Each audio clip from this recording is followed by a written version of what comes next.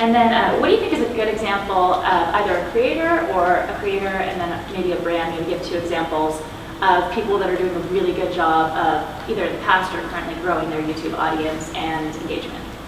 I love McDonald's. I feel like their social media is amazing. It's all very genuine. It's all very cute. Like they had this picture of this couple in like a McDonald's outfit eating a Big Mac. It was just amazing. And then they just recently did their all-day breakfast, which totally was a trending hashtag on all different websites. And that's like the goal, is to get trending hashtags. So they're amazing. Yeah, a bigger brand that I used to really follow a lot, which seems weird, is Scope. So Mouthwash isn't that sexy, but for some reason, like they've just taken this angle to it that makes it feel very personal and fun and funny. So if you haven't checked out Scope's social media, it's pretty good. And then just, I guess, in a more general sense, any brand that works with creators and allows creators to kind of be themselves. I know it's very general, but I see a lot of brands, kind of taking talking points and giving them to creators and making them feel like it's a script or something that's more of a paid commercial. Like that never works. It's a terrible approach. YouTubers are not paid actors. And that's not what you're paying for. You're paying for them to talk to their audience who they have an engaged relationship with, to integrate your product into that. And it's a lot of the brands that realize that, that are winning and doing a great job in influencer marketing. I would agree. Have the person that you are partnering with use the product, let them love it, and then have them genuinely integrate it into their work rather than, the spray can and the thing, or just make it explicit if you're going to do that, as you mentioned. I like a lot of the brands who are doing ads, because what I pay attention to is what do brands say if it's an ad before the skip ad button? Like, do you capture people before the ad with a true view?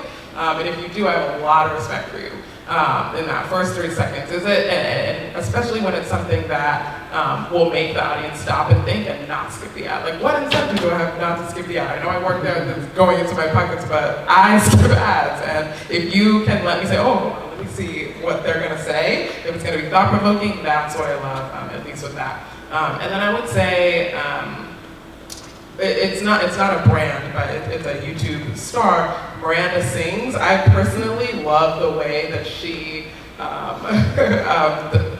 creates content very, very genuinely about things that are coming to her. Like, for example, she stops and does videos specifically about terrible comments that people are writing her, just like really weird things.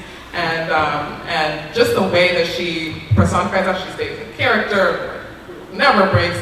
I think a lot of brands can learn from stuff like that. Looking at endemic creators, those who just grew up on the YouTube platform, and adapting those strategies to their own work, so that people don't look at you as, oh, that's a brand, but it's like, oh, that's that person who talks about these types of things, or that's that company that talks about these types of things, or does this relatable thing that I'm into, right? Or this funny thing that I can watch but not think that I'm watching an ad, or think that I'm watching a branded content or something like that. So just, pull from what successful creators are doing in their own work and realize that you can do that in your own work, in your own content. You don't have to deviate too far from what is already successful on YouTube.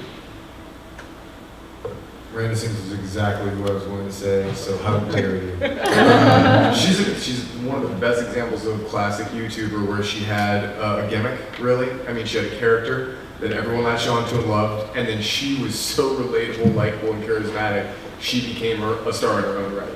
And so she then was able to deviate with a second channel, with a third channel, with multiple vlogs, and she just killed it, just being absolutely authentic and genuine. And the way she sells things, because it's what she does, and she has brand deals, is seamless. It's great. It's absolutely fantastic. If you want to see somebody absolutely sell something genuinely, it's Miranda Sings.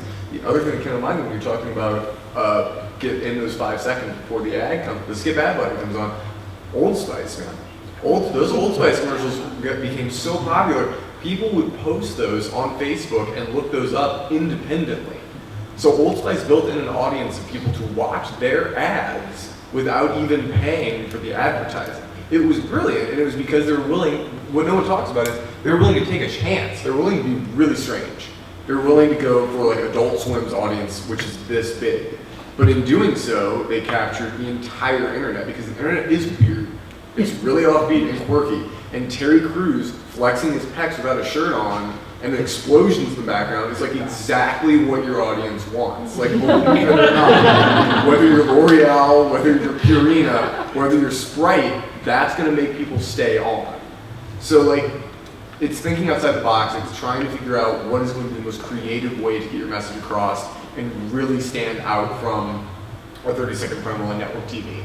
Because that's not this audience anymore. It's not. You're in a completely different sphere.